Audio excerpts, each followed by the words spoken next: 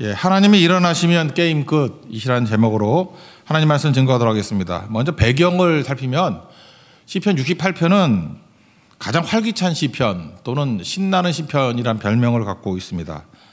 언약궤가 시온 예루살렘에 오는 이야기가 배경입니다.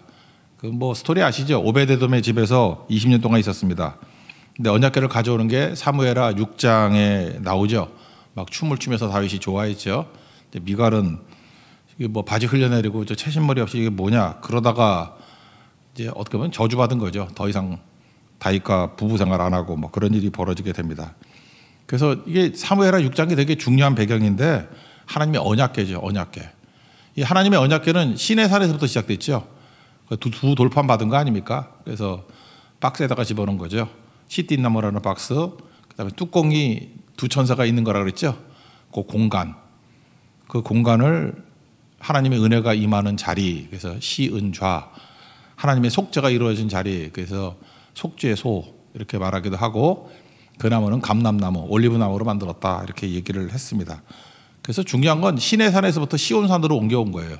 이게 산과 산 400년 걸렸죠. 모세 시대가 BC 14세기 정도고 그 다음에 다윗이 BC 10세기라고 보거든요. 한 400년 걸렸습니다. 400년 만에 오게 되었다. 배경이 되는 게 7절인데 하나님이여 우리 주의 백성 앞에서 앞서 나가사 광야에서 행진하셨을 때 그러니까 하나님 언약궤를 말하는 거예요. 언약궤가 앞서갔죠. 3일 길을 앞서갔다 그렇습니다. 이렇게 전진하면 이제 뒤에 있는 백성들이 언약궤를 중심으로 따라가는 거예요. 그게 전진의 모습이다.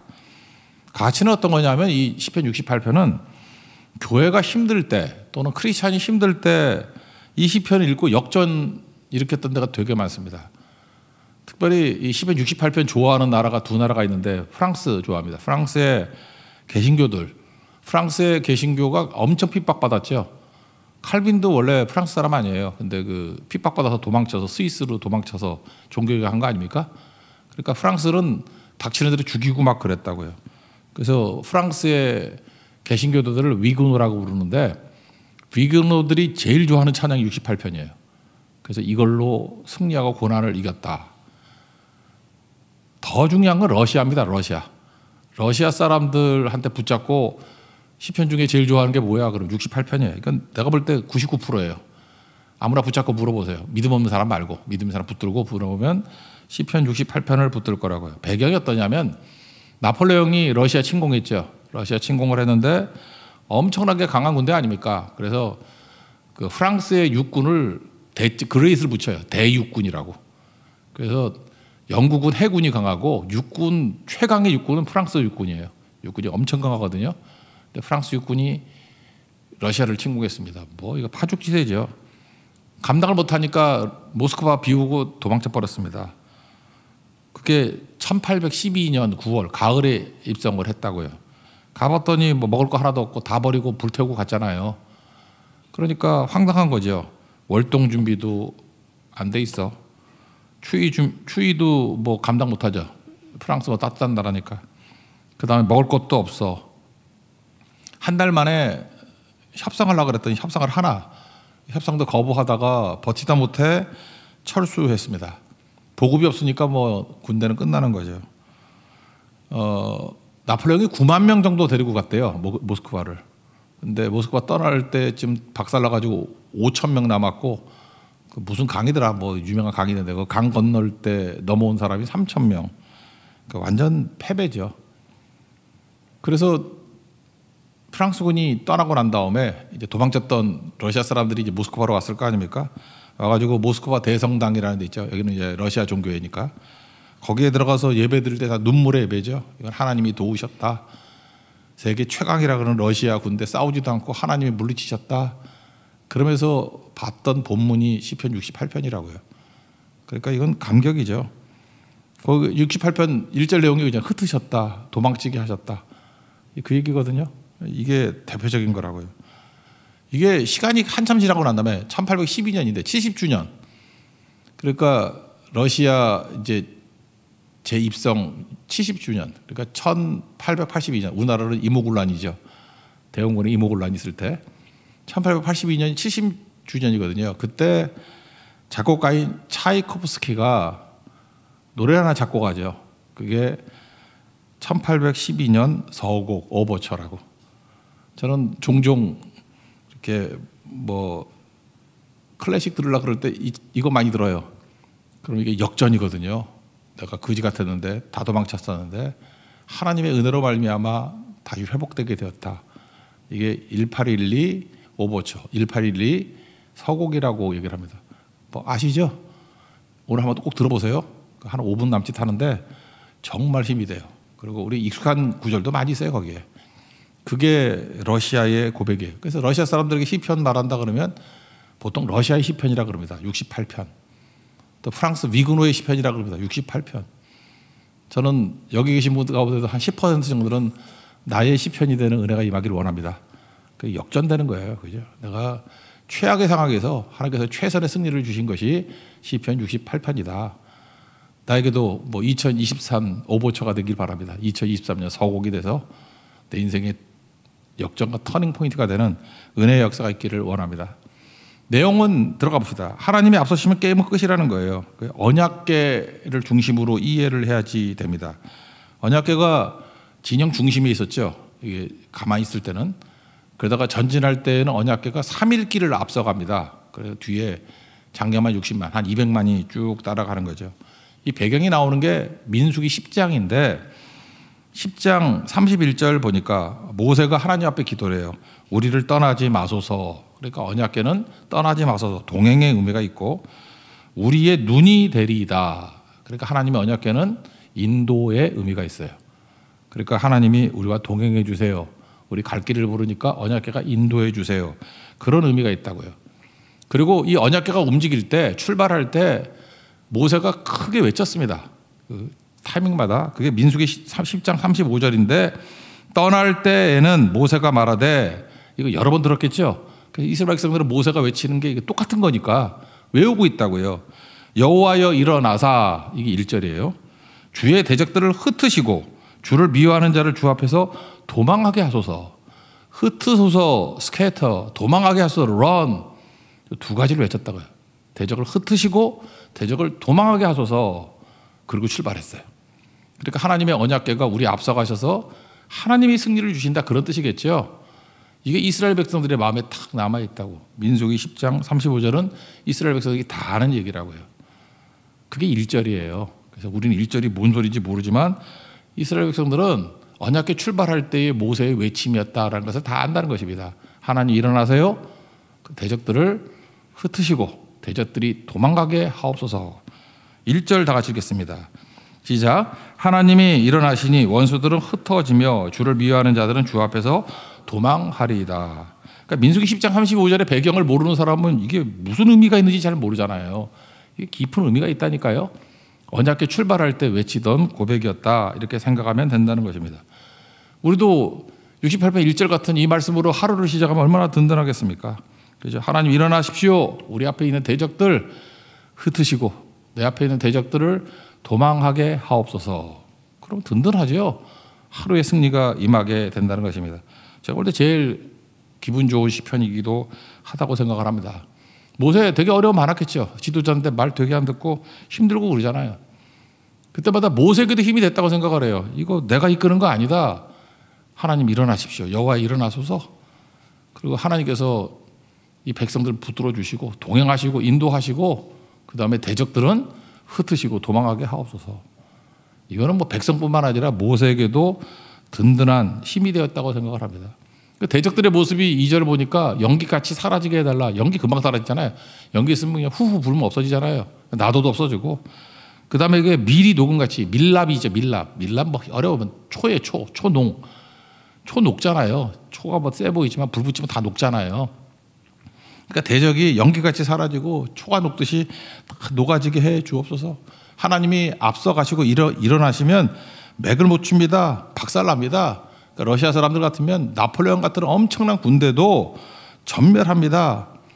그래서 우리가 힘이라고 생각하는 모든 것들이 있잖아요. 세상의 힘, 뭐 권력, 돈, 뭐예요, 어떤 무리들, 여론들 이런 거 다 동원해봐야 하나님 앞에서 무력하다 그런 뜻이에요. 그래서 하나님 일어서시면 흩어지게 되고 도망하게 됩니다. 2절 읽겠습니다. 시작. 연기가 불려가듯이 그들을 몰아내소서. 불 앞에서 밀이 녹음같이 악인이 하나님 앞에서 망하게 하소서. 그러고 난 다음에 다윗 기억나잖아요. 다윗이 사무엘하 6장에서 막 춤추시 나도 춤춥니다. 그런 뜻이라고요. 이때 쭉 읽어봅시다. 3절 4절 시작. 의인은 기뻐하여 하나님 앞에서 뛰놀며 기뻐하고 즐거워할지어다. 하나님께 노래하며 그의 이름을 찬양하라. 하늘을 타고 광야에 행하시던 일을 위하여 대로를 수축하라. 그의 이름은 여호와이시니 그의 앞에서 뛰놀지어다. 그러니까 1절 같은 데는 민수기 10장 35절이고 그 다음에 그 전체적인 배경은 사무엘하 6장 배경을 알고 있지요. 이스라엘 사람들은. 우리는 모르지만. 그러니까 이 배경을 알고 이 성경을 보는 것과 안 보는 것은 하늘과 땅 차이죠.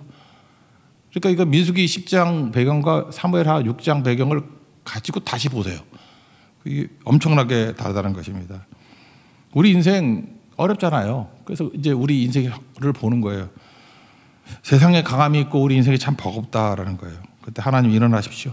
그럼 하나님 이기게 해 주십니다. 그래서 자기를 누구하고 동일시하냐면 약한 자들, 사회적 약자들, 고아, 약하죠. 아버지 없잖아요. 하나님 고아의 아버지 되신다고. 혹시 여러분들 뭐 흙수저 그래가지고 뭐 이렇게 부모님께 별로 좋은 영향 못 받은 분도 있습니까? 하나님의 아버지잖아요. 고아는 최악이거든요. 거기 아버지 되신다고. 하나님 나의 아버지신데. 과부 법적 보호를 못 받거든요. 억울해도. 그래서 과부하고 재판장하고 맨날 나오잖아요. 당시 재판장들은 돈 주면 엉터리 재판했는가 봐. 근데 과부는 뭐 법적 권리도 없고 돈도 없고 하니까 맨날 판판이 지는 거예요. 오라도 지는 거예요. 그러니까 이 사법부가 썩었다라는 건 참 이게 마지막이거든요. 끝이거든. 사법부 건드리는 놈들이 이거 놔두면 안 되는데 사실 이거. 이 최악이거든요. 근데 과부는 힘이 하나도 없는 사람을 상징하는 거라고. 항상 판판이 지는 사람. 근데 과부의 재판장이 되어 주신다고. 공정하다 그런 뜻이죠. 고아의 아버지, 과부의 재판장이 되어 주신다. 그리고 고독한 자들. 요즘에 뭐 고독사 그런 거 많이 있잖아요. 고독해지는 거. 나이 들면서 나타나는 특징이 뭐 고독해진다며. 친구들 다 죽고 뭐 돈도 없고 하니까 사람도 없고 대화할 사람 없고. 저 옛날에 한 40년 전에 제가 했던 설교 중에 그런 거 있었는데 미국에서 신문에 광고가 났대요. 나한테 전화 걸어주면 $1 주겠다고. 난 그때 웃었거든요. 뭐 이거 웃자고 하는 소리인 줄 알았는데 지금 진짜 그런 것 같아요. 그 전화 한번 받으면 힘을 얻는 사람 되게 많거든요. 그러니까 고독한 거죠. 그러니까 고독한 자들 가족과 함께 살게 하신다. 하나님께서 이렇게 고독한 자들에게 하나님이 되어 주신다는 거예요. 갇힌 자들 얼마나 힘들까? 이끌어내 주신다. 그러니까 하나님이 이런 상황 속에서 하나님 일어나십시오. 대적들을 흩으시고 대적들이 도망하게 하옵소서. 그러면 주님께서 응답해 주신다라는 거예요. 여러분 상황 속에서도 이렇게 어려운 상황이 있습니까? Rise up, O God. 그 NLT 그렇게 돼 있더라고요. Rise up. 하나님 일어나세요. 그리고 하나님께서 스케이터 그들을 흩어버리시고 run, 도망치게 만드십니다. 그렇게 말씀하신다는 거예요. 오늘 나라고 생각하고 한번 읽어봅시다. 5절과 6절입니다. 시작. 그의 거룩한 처소에 계신 하나님은 고아의 아버지시며 과부의 재판장이시라. 하나님이 고독한 자들은 가족과 함께 살게 하시며 갇힌 자들은 이끌어내사 형통하게 하시느니라. 오직 거역하는 자들의 거처는 메마른 땅이로다. 그러니까 하나님이 일어나시면 게임 끝. 이게 사실 뭐 내용의 1절부터 6절. 이게 제일 중요한 거죠. 우리 크리스찬의 삶 가운데는 이런 일들이 일어나야 되고 보여야 됩니다. 이걸 보여줘야 돼요. 이게 우리의 스토리, 우리 간증이 돼야 된다는 것입니다. 이런 은혜의 역사가 우리 교회에서 날마다 나타나기를 원합니다. 그게 승리의 길이라는 거예요. 그 다음에 뭐 7절부터 14절까지는 이제 과거를 회상하는 거죠. 과거 회상, 그 다음 마지막 15절부터는 미래에 대한 어떤 결단. 똑같은 거예요. 하나님이 일어나시면 게임 끝. 똑같은 얘기라고요. 과거 회상, 뭐 아주 중요한 것 같지는 않은데, 과거 뭐 뻔하잖아요. 광야 행진했다. 7절. 시내산에서 언약 받았다. 8절. 흡족한 비 만나 주셨다. 9절, 10절 뭐 그런 건데 9절만 입시다. 9절만. 시작. 하나님이여 주께서 흡족한 비를 보내사 주의 기업이 곰핍할 때 주께서 그것을 견고하게 하셨고. 거기까지. 흡족한 비인데 광야에서 비가 언제 내렸어요? 이 광야에서 흡족한 비라고 할 때는 이것도 배경을 알아야 돼요. 만나가 내릴 때 어떻게 내렸냐 하면은 이렇게 비가 내리는 것 같이 내리는가 봐. 그러니까 만나가 뭐 우리 모르잖아요 어떤 건지. 근데 하늘에서 이렇게 먹을 게 이렇게 허옇고 뭐 눈 같은 게 내렸는가 봐. 이렇게 하늘에서 먹을 게 내려. 그러니까 지금 시라면 하늘에서 CJ 햇반이 내려온 거야. CJ 햇반이 이렇게 통으로 나왔다 그러나 그보다 작게 나왔겠지. 이렇게 햇반이 내려온 거예요. 어떻게 하느냐면 시편 78편 24절 그들에게 만나를 비같이 내려 먹이시며 이런 말씀이 나와요. 그러니까 하늘에서 흡족한 비가 내렸다 그럴 때 진짜 비가 아니라 광야에서 하늘에서 비가 내렸다 그럴 때는 광야에 비가 없잖아요. 광야에서 비가 내릴 때는 만나를 비같이 먹이시며 하늘 양식을 그들에게 주셨나이다. 시편 78편 24절에 나오듯이 그러니까 이건 만나를 뜻하는 거예요. 만나를. 제가 여러분 해석 못할까 봐 이것만 설명해 주는 거예요. 흡족한 비 그러면 만나를 주셨다. 공급해 주셨다. 그런 겁니다. 그리고 그 다음에 나오는 얘기들이 여자들 얘기가 나오는데 성경의 용법이거든요. 남자들이 싸워서 승리했다. 그런 게 승리한 거예요. 근데 승리하고 난 다음에 여자들이 나와서 막 노래 부르고 여자들이 나와서 막 탈취하고 여자들이 나와서 뭐라 그러면 대승리한 거예요. 왜? 여자들은 잘 안 나서잖아요.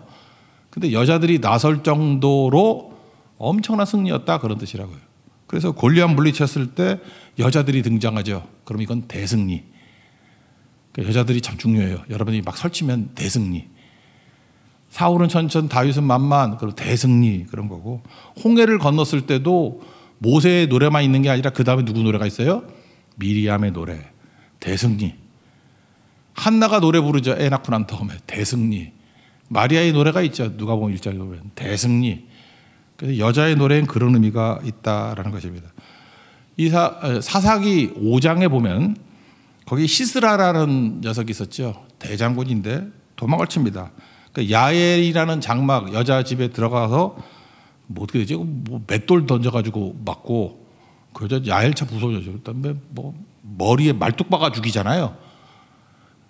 뭐 그런 거 있어요. 벌써 다 잊어버렸겠지만 또 사사기 한번 더 해야 되겠네, 그죠? 예.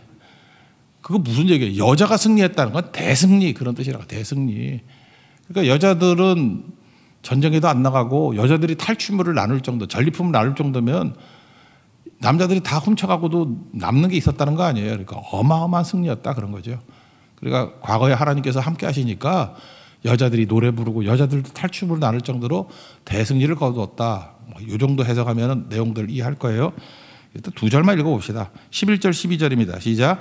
주께서 말씀을 주시니 소식을 공포하는 여자들은 큰 무리라. 여러 군데의 왕들이 도망하고 도망하니 집에 있던 여자들도 탈취물을 나누는도다.